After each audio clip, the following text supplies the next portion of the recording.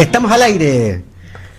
¿Cómo están? Muy buenas tardes. Pauta semanal, como todos los días viernes, transmitimos en este espacio que gentilmente nos entrega Radio Polar, a través de su señal online, a través de la televisión también y la señal de radio. También nos pueden seguir a través de Facebook Live y las distintas redes sociales. Pauta semanal, un programa de discusión sobre la contingencia nacional y también regional, ¿cierto? Que transmitimos los días viernes de 15 a 16 horas y también se repite el programa día sábado y día domingo en el mismo espacio. Me acompañan, como todos los días viernes, sentado a mi diestra está don Eduardo Manzanares, extraterrestre caribeño, patipelado y ya no sé qué otro apelativo colocarle, encapuchado o no. Podría ser. ¿Por qué no? ¿Por qué no? Potencial encapuchado. No, y a mi lado izquierdo, Hernán Ferreira, presidente comunal de la UDI, abogado también de la plaza. Él sí que no es patipelado, por ningún motivo. ¿Sí? ¿Cómo está? Además que mire la elegancia con la que está hoy día. ¿Cómo está, Hernán? No, bien, gracias. Gracias por la invitación, como siempre. Yo diría que está a la siniestra tuya, diría yo. A la siniestra, claro. Siniestra. Y con la corbata roja, y también me avisan por ahí. Oye, bueno, tenemos una semana entretenida. Hay harta noticia, harta cosa que salió, pero también hay que señalar de que hay una cuestión preocupante. Más allá de algunas cosas jocosas que aparecen en redes sociales o de noticias jocosas, ¿cierto? Y de los distintos memes que hay que aplaudir aquí el ingenio del chileno. Pero tenemos un tema que preocupa y que no es para nada divertido, y es justamente el IPOM, el Informe de Política Monetaria que sacó el Banco Central, donde su presidente Mario Marcel hizo algunos comentarios y anuncios, y la cifra viene bastante mala porque hay una proyección de poco crecimiento para lo que se viene el año, para el próximo año, ¿cierto? Pero también hay una alerta respecto al desempleo, hay una alerta respecto de la inflación y, por supuesto, de una baja en la inversión. Si antes se pensaba que la inversión iba a estar en torno al 4%, hoy día se dice que va a haber desinversión, menos 4%.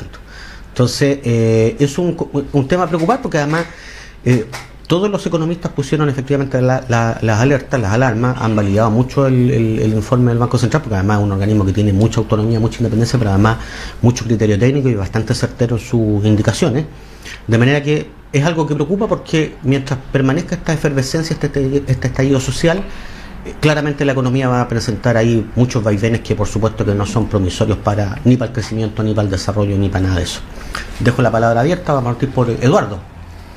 Usted lo vi haciendo anotaciones. Sí, bueno, en general en estas economías capitalistas, porque estamos viviendo en una economía capitalista, como ya lo sabemos, siempre se ha planteado que el principal problema que tiene la economía capitalista es el crecimiento.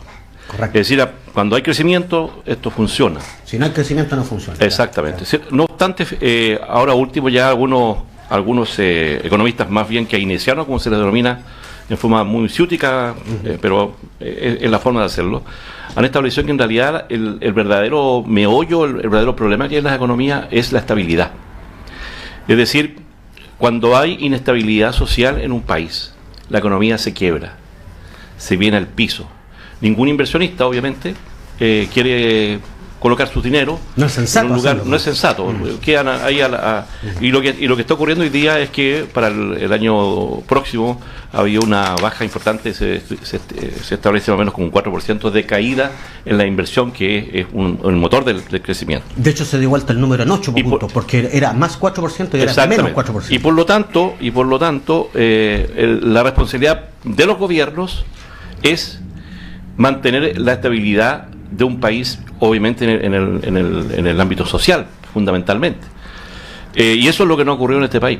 Sí, tú tocaste un punto importante porque, bueno, efectivamente una escuela que estaba en retirada, ¿cierto? La escuela keynesiana hoy día evidentemente vuelve a tener augurio, recuperación, ¿cierto? Porque el Estado tiene que salir a invertir. Porque el Estado tiene que salir a invertir, pero también porque el modelo, por así decirlo, el modelo neoliberal, ¿cierto? Ya está un poquito agotado, y no solamente en Chile, sino que hay varios estallidos en el resto de Latinoamérica.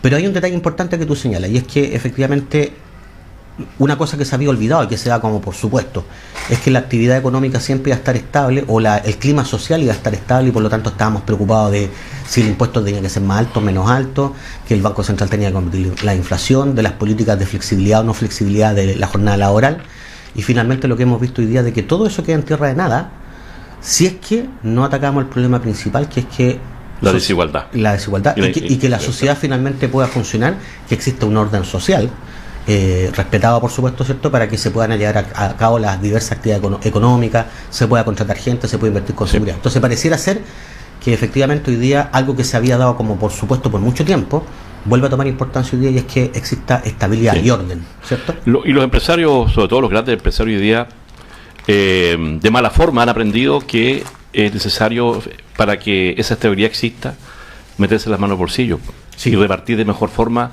lo que es en una sociedad justa de todos, que son las utilidades que con el trabajo y con la inversión se realizan. Están diciendo hoy día que hay que meterse la mano al bolsillo y hay que dar hasta que duela, creo que es el refrán que han usado, parodiando un poco de lo que decía el Padre Hurtado. El Padre Hurtado, pero ¿sabes qué? Yo no lo he visto todavía. Yo diré que si bien el Estado ha echado mano a sus recursos, fundamentalmente fondos soberanos y algunos ahorros que se habían logrado establecer en épocas de vacas gordas, en bonanza, salvo algún empresariado como Luxi, ¿no es cierto?, que ha dicho que va a empezar a pagar 500.000 pesos, que tiene que, a mi juicio, un poquito una noticia un poco fake news, porque ya eso ya lo ganan sus empleados. Estamos hablando de el conjunto de los empresarios y de la pyme, que efectivamente para ellos es un gran problema poder pagar sueldos que estén sobre las capacidades que tienen hoy día de generar riqueza. Sí, una de las cosas que sorprende efectivamente del anuncio del señor Luxi es que, pero como en su empresa hay gente que gana menos de 500 claro, o sea, como resulta increíble si es que es así. Sí, en Copec, si tú lo ves, por ejemplo, los bomberos son los que atienden. Pero no son de la empresa, finalmente son sí, porque son franquicias. Claro, son franquicias, exactamente, sí. pero del grupo, del núcleo de la empresa. Pero a propósito de la franquicia, que también es una forma del modelo capitalista, ¿no es cierto? Sí, también. La USACH tiene que ver con el mismo tema, acaba de terminar con la subcontratación. Dice, no más subcontrataciones, toda la gente que trabaje para nosotros, ya sea el personal de aseo, que está subcontratado, vuelve y va a ser contratado a sueldo. La pregunta que uno se hace es que en algún momento se justificó la subcontratación para que la empresa se dedique a aquellas cosas que son su objeto social. Al núcleo del negocio. Claro. Sí. Pero en general, yo puedo decir claramente, porque a ver, lo viví, que eso sirvió para precarizar el empleo. Francamente. Claro. Tenía mucha lógica, ¿cierto? Claro. Que la empresa se dedicara a su negocio. Sí, era una lógica. Claro, pero terminó... En la práctica terminó siendo una precarización del empleo. Claro, pero terminó en eso por el abuso y el uso y abuso que se hizo de la subcontratación, prácticamente subcontratando para todo tipo de cosas. Para todo. Oye, vi a Hernán ahí anotando hartas cositas. Le vamos a dar la palabra a Hernán porque también, bueno, desde la otra mirada, ¿cierto? Un poco desde la postura, a lo mejor del gobierno, de la postura de la derecha, tal vez desde la postura neoliberal, en contra del modelo keynesiano, de los principios keynesianos. A ver qué es lo que nos dice Hernán. Diríamos de la postura correcta, digamos. Aunque bueno, aquí es una broma, aquí hay una postura correcta, incorrecta en general. O sea, se construye entre todo este asunto, digamos. Claro, uno puede decir políticamente correcta, a lo mejor. Y hasta por ahí, ¿qué tan correcto puede ser? Bueno, a ver, yo obviamente no soy economista, algo he estudiado, he visto, pero no soy economista. Y por lo que sí uno puede entender de que cualquier modelo keynesiano, incluso hay un modelo que lo he seguido bastante, la escuela austriaca, ¿cierto? De economía, ¿cierto? Que, en el caso de Hayek, claro, y donde viene el neoliberalismo. Claro, pero que pone énfasis en realidad en la inversión, ¿cierto? Es eso, más que en el consumo, digamos, porque para que haya consumo tiene que haber primero inversión, porque si no hay inversión, difícilmente va a haber consumo, por mucho que el Estado inyecte dinero, ¿cierto? El progreso se hace con la inversión de los privados. Entonces, pero en ambos modelos o en otros se necesita siempre estabilidad. O sea, no es porque el modelo keynesiano necesite estabilidad, es porque en general cualquier sociedad es como una familia. Si la familia no hay estabilidad, ¿cierto? Claro, cualquier versión del capitalismo va a necesitar estabilidad. Lo que pasa que el socialismo siempre tiene estabilidad, porque hay una bota, ¿cierto?, militar, ¿cierto?, que va a tener por lo menos estabilidad, y cualquier estallido social. El socialismo científico, dices tú. No, pero real también, digamos. El real también. Así que, ¿pero dónde hay algún socialismo real? Bueno, si usted los conoce, pues Cuba, Venezuela. Yo no conozco ni uno.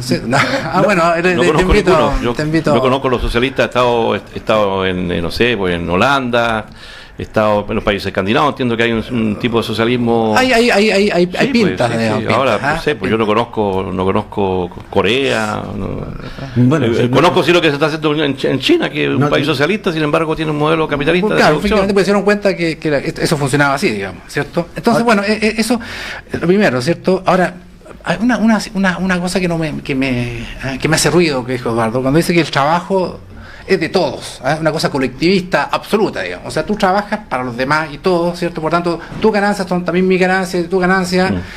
La verdad, yo creo que la vida real no es así, digamos, ¿ah? Porque si no, el emprendimiento, si yo voy a emprender cualquier cosa, digo, pucha, si en realidad lo que yo, con mi esfuerzo, con mi desvelo, con mi sacrificio familiar incluso, si usted tiene que también va a ser buena parte de Eduardo, entonces a lo mejor no me conviene, po. Porque a lo mejor si Eduardo produce más, me quedo tranquilito, total Eduardo me va a dar a mí, po, ¿cierto? Si, pues, ¿para qué yo me voy a esforzar? Si Eduardo, la gran ganancia que puede producir Eduardo, me la va a pasar a mí también, digamos. Entonces, esto de decir de que el trabajo nos pertenece a todos y por tanto las utilidades son de todos, desincentiva. Los frutos del trabajo. Pero incluso, pues, uno trabaja para tener frutos. Pues. Claro. Uno no trabaja pero si hasta los empresarios más capitalistas hoy día dicen que la principal herramienta de producción que tienen y valorada es el capital de trabajo. Pero que es distinto, eso es distinto. Pero eso es radicalmente distinto. ¿Cómo que no? Por supuesto. Lo que estamos diciendo es eso, que no dijiste hay eso. un inversionista que coloca los dineros, hay gente que trabaja para que ese dinero, ¿no es cierto?, se produzca bienes, ¿sí? Y se transan en el mercado, se venden, y lo que hoy día la sociedad está diciendo, el reparto de la utilidad que eso genera tiene que ser justo. ¿Ya? No te puedes llevar tú toda la torta. Bueno, y los trabajadores vivir en forma miserable. Eso no lo ha dicho nadie. Primero, nada. Ya, pues, no está escrito en ningún lado, ni siquiera el capitalista más capitalista. No, pero eso es el capitalismo real. Po. No, eso no es el capitalismo real. Pero ¿cómo que no? ¿Por qué crees tú que la gente está reclamando en las calles hoy día? Sale porque viven en forma miserable, porque les pagan sueldos malos. Una moción de orden, porque finalmente, mira, el capitalismo tal como lo concibió Adam Smith ya no existe. Ya no existe.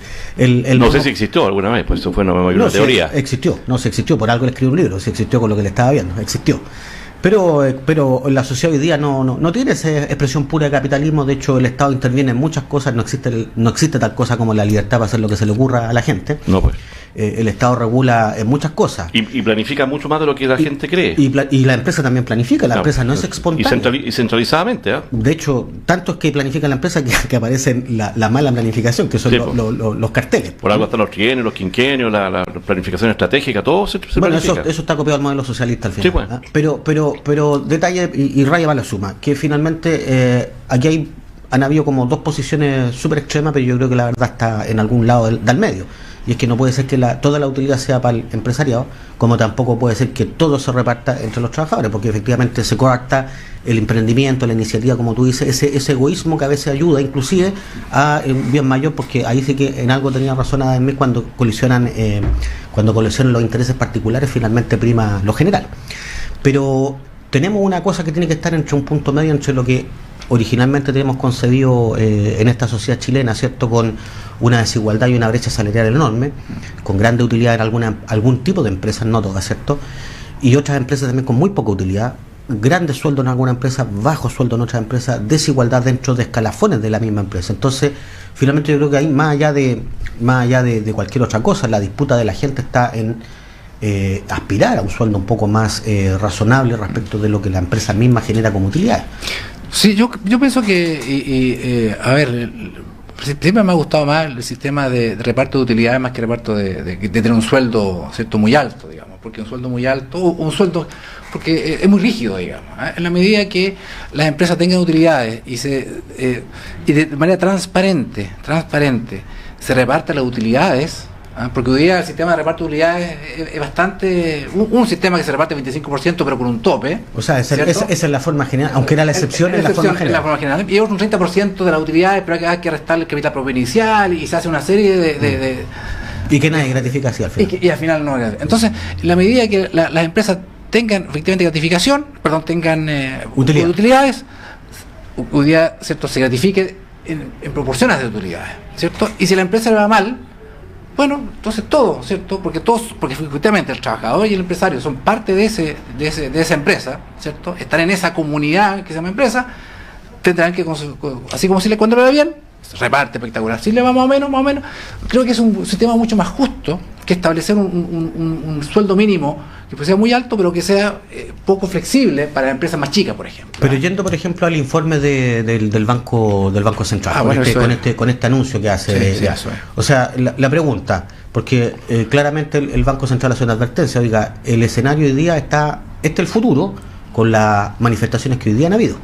Pero si las manifestaciones siguen, la economía va a seguir detenida y las cifras van a ir más. Ahí es probable que haya recesión, claro. Va a haber recesión. De hecho, si con 2 trimestres con crecimiento negativo, estamos en recesión técnica. Entonces, la pregunta, ¿cómo sacamos a la gente de la calle entonces y la volvemos a la normalidad o a la cotidianidad, por así decirlo, para que el país vuelva a ser productivo, vuelva a trabajar, vuelva a haber orden, vuelva a haber emprendimiento, vuelva a haber empleo?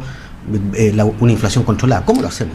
Rápidamente, acá hay una cosa como no extraña, pero pareciera un contrasentido, pero pasa eso. Mucha gente, y no es poca gente, mucha gente piensa que prefiere, ¿cierto? Incluso, y te lo dicen, ¿cierto? Mira, prefiero que quede, entre comillas, la escoba, si el día de mañana vamos a tener algo mejor.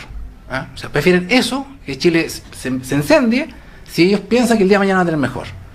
O sea, dicen, el futuro es importante y el ahora da lo mismo. Y sin embargo no entienden que si el ahora lo quemamos, entre comillas, una figura por supuesto, el futuro va a ser más complicado todavía. O sea, hay que partir de antes, porque de hecho lo que el Banco Central dice es que con esto el índice Gini, que es que mide la desigualdad, está volviendo a lo que era 27 años atrás. Hacia el 90. O sea, todos los méritos que hemos tenido, con esto nos fuimos. Mira, la verdad, Cristian, la verdad, Hernán, que la gente no entiende ni tiene idea de qué es lo que es el índice Gini.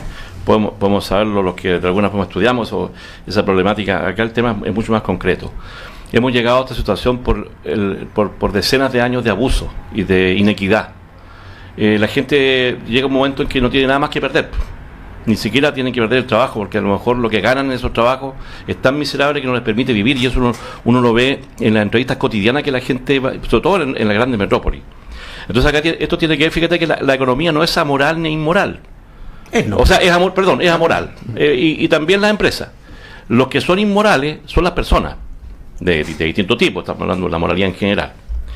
Y entonces uno debiera aspirar a que en la sociedad en que vivimos, tanto los trabajadores como los empresarios tengan valores, ¿no es cierto? Valores que impliquen respeto por la otra persona, respeto a las libertades, respeto, ¿no es cierto?, al medio ambiente, cosas que se han ido introduciendo. Pero cuando uno ve, por ejemplo, que el presidente de la República, el año 2016 y 2017 sacó más de 400 millones de dólares, es un informe que acaba de salir, ¿no es cierto?, del Servicio de Impuestos Internos, a los paraísos fiscales, de Luxemburgo uno y otro de las Islas Vírgenes, para evitarse pagar impuestos, y que tuvo que pagar un impuesto ahora retroactivo de más de 90 millones de dólares, porque lo que hizo fue, en definitiva, intentar no pagarlo a través de un préstamo, entre comillas, a su empresa, el Coligá, que es la de sus hijos. Uno se pregunta cuál es la moral que existe hoy día en las personas que hacen economía, que hacen inversiones, que hacen empresas. Y yo creo que ese es el problema. Cuando tenemos colusión en la farmacia, cuando tenemos colusión en los pollos, cuando tenemos colusión en una serie de otros eventos, es porque tenemos un tipo de empresariado que es inmoral. Claro, pero y eso la gente ya lo tiene aburrido. ¿Sabes por qué? Estoy de acuerdo. Porque hoy día se quiere penalizar y se quiere criminalizar a los supuestos vándalos, a los que protestan porque de repente hacen una barricada o qué sé yo. Pero ¿y cuándo vamos a criminalizar a los que han saqueado este país de verdad? Es que ahí está el punto, porque yo pregunté originalmente cómo sacamos a la gente de la calle. Y hasta ahora no he escuchado, no he visto por lo menos propuestas de parte del Ejecutivo que saque a la gente de la calle, porque no se han atendido ninguna de las demandas de las que la gente está en la calle. No hay lo que tú señalas, ¿cierto? Una de las cosas que la gente reclama es la desigualdad que existe inclusive en materia de justicia. Así es. Pues. Porque hoy día se está sacando en 24 horas una ley para criminalizar la manifestación. Yo creo que es criminalizarla. Pero no se ha sacado una ley. Y los de cuello y corbata andan en la calle con cursos de ética. A pesar de una multiplicidad de eventos en el pasado que hemos tenido de este tipo de delito de cuello y corbata, todavía no se ha sacado una legislación. Y que son millones de dólares. O sea, ¿cuánto está costando aunque sea un peso? No, claro, mira, aunque sea un peso. Sí, porque no hay contexto para eso. Ese no es el punto. Claro. Aunque sea un peso. Sí, el punto es la desigualdad. Comparto, claro. El punto es la desigualdad. Ahora, esa es una cosa. Lo otro, lo que conversábamos del tema de los salarios, tampoco ha habido algo concreto, una propuesta de gobierno respecto del tema salarios. Más allá de un ingreso mínimo garantizado que todavía está bastante bajo a la puntería que le tiraron inclusive las empresas, no ha habido algo concreto. El tema de reforma del sistema de pensiones, nadie ha dicho, bueno, la gente ha dicho, no más AFP, pero si uno se pone a analizar y conversar en serio, ¿cuál sería el programa o el proyecto para realizar una reforma estructural sustancial del sistema de pensiones, donde lo que importa al final, como dice el refrán, no importa qué color sea el gato, lo importante es que case ratones. Así es. Claro, un sistema que pague buenas pensiones. Y por último, tampoco se ha hecho nada respecto al tema salud o medicamentos, donde inclusive hemos visto al ministro Mañalich que inclusive antes de las manifestaciones habló él de la regulación de precios. Y sin embargo, después de 46 días de manifestación, o 47 días ya creo que vamos como en 50 parece, todavía no hay ningún proyecto de ley que ingrese. Y el único proyecto de ley que hemos visto es esta cuestión que criminaliza la manifestación. Hemos visto también cómo se votó una ley de presupuesto que venía contextualizada en un Chile anterior al 18 de octubre. Y también hemos visto este acuerdo parlamentario, ¿cierto?, que quedó con un cerco bastante limitado y que hoy día ese acuerdo está bastante tambaleando y donde, bueno, todavía tampoco es un calendario de muy largo plazo donde la gente no siente que esa vaya a ser una solución concreta a las cosas que está demandando hoy en día. La gente entiende que es necesario hacerlo, pero sabe que no es la solución de sus problemas inmediatos hoy día. Claro, o sea, no soluciona nada, pero soluciona todo, pero es una cuestión de largo plazo. Sí. ¿Hernán? Sí, lo que pasa es que, bueno, da pena a mí, yo entiendo, pero no justifico, digamos, que Eduardo hable de supuestos vándalos, digamos. O sea, yo creo que ya, bueno, es eso justamente, la gente que está en la calle dice, total, yo no soy vándalo, soy supuesto, saqueo, pero soy supuesto, vándalo, quemo, soy supuesto. Entonces, ¿verdad? Y se le repite el eslogan. ¿Dice que la gente que está en la calle está vandalizando y saqueando? Por supuesto, ¿a dónde está esa gente que vandaliza en la calle? Pues, no está en otro lugar, no está en su casa. La fiscalía han establecido que son delincuentes los que están haciendo eso. La fiscalía han establecido, no lo que están protestando. A ver, que se pero tú quieres decir que están a propósito de esas marchas, esa gente está ahí. Pero y de ahí se descuelga. O sea, la solución es que la gente no marche y que siga todo igual. Pero vamos porque el que los vándalos y los delincuentes se apropian de las marchas es porque la policía ha sido incapaz, ¿no es cierto?, absolutamente incompetente para poder identificar quiénes son los vándalos. Fíjate, en una semana es imposible. De hecho, estamos en 50 días ya. Pero lo que la policía está haciendo, y ya está eso acreditado, estuvo haciéndole seguimiento a los dirigentes sindicales y a los dirigentes de la ANEF. Entonces, eso es claramente el gobierno tiene un foco de criminalización de los dirigentes. La fiscalía que dice, ¿cierto?, que hoy día tiene indicios, ¿cierto?, de que lo que empezó en octubre, ¿cierto?, está organizado. Eso lo dijo hoy día ayer el fiscal, está en la prensa, que tiene indicios. ¿Por qué? Porque ninguna investigación, si uno se ve a un proceso penal, ninguna investigación dura 20 días ni 15 días, ¿cierto? Por tanto, es imposible al día 15, ni siquiera al día 30, ni siquiera al día 40 establecer las responsabilidades. Porque en cualquier crimen, y sobre todo en organizaciones criminales, es muy difícil desbaratarla. Pero tú insistes en la tesis que hay una organización criminal detrás de la manifestación. Eso lo dice la fiscalía. Pero, ¿qué organización criminal está detrás de la manifestación? Bueno, dice que hay una organización, ¿cierto? Hay indicios de organización. Y dice también que están detrás, ¿ya? También lo dice la PDI. De alguna manera. Oye, yo encuentro realmente esto increíble. Pero está en la prensa. Increíble que alguien afirme todavía en pantalla que hay organizaciones detrás de la manifestación. Te puedo refutar eso, Hernán. El fiscal de Antofagasta, una de las ciudades más vandalizadas, hizo un perfil de 100 personas de las que han sido formalizadas. Hay más de 300. De las 100 personas hicieron un perfil para sacar un promedio. Más de la mitad son delincuentes actuales, claro. que ya tenían antecedentes, la mayoría entre 18 y 35 años, la mayoría hombres, y por lo tanto lo que están detrás del vandalismo y de los saqueos son delincuentes, que sobre texto, ¿no es cierto?, de las protestas genuinas y legítimas de la gente, se instalan después de las protestas, ¿no es cierto?, para vandalizar. Y la policía ha sido ineficaz. Fiscal Barros incendio en la estación del metro. Hay indicios de una eventual participación de grupos organizados. ¿Una eventual? Ese fue el 18. O sea, si fue el 18, que se organizaron antes. Hay indicios de una eventual. Todavía están con el eventual, con los indicios, con que parece. La fiscalía, eso no es un tema político. Es un tema criminal. Mira, la única prueba concreta que hay es que hay bandas desorganizadas. Se organizan entre las bandas, pero comunicación entre las bandas no hay. Si esto empezó el 18, significa que están organizados de antes. ¿Desde cuándo? Obviamente, porque no se podría organizar el mismo 18. Pero ¿cuál es tu teoría? Porque yo creo que es lo que dice. No, pero pongámosle sería el programa. O sea, ¿cuál va a ser la teoría de que alguien antes organizó para extrabar y desestabilizar el Estado chileno? Eso es lo que dice el fiscal. Pues. Si no son palabras mías, lo dice el fiscal. Pero dice que existen indicios. No son pruebas. Eventuales. Oye, estamos en el tiempo para irnos a la pausa. Polémica el programa, pero bueno, la gente tendrá su opinión en la casa, pero yo no sé si es que alguien real todavía cree que esta cuestión tiene una organización detrás, una especie de complot. Nos vamos a la pausa. Al regreso continuamos con el desacuerdo, que no hubo acuerdo, ¿no?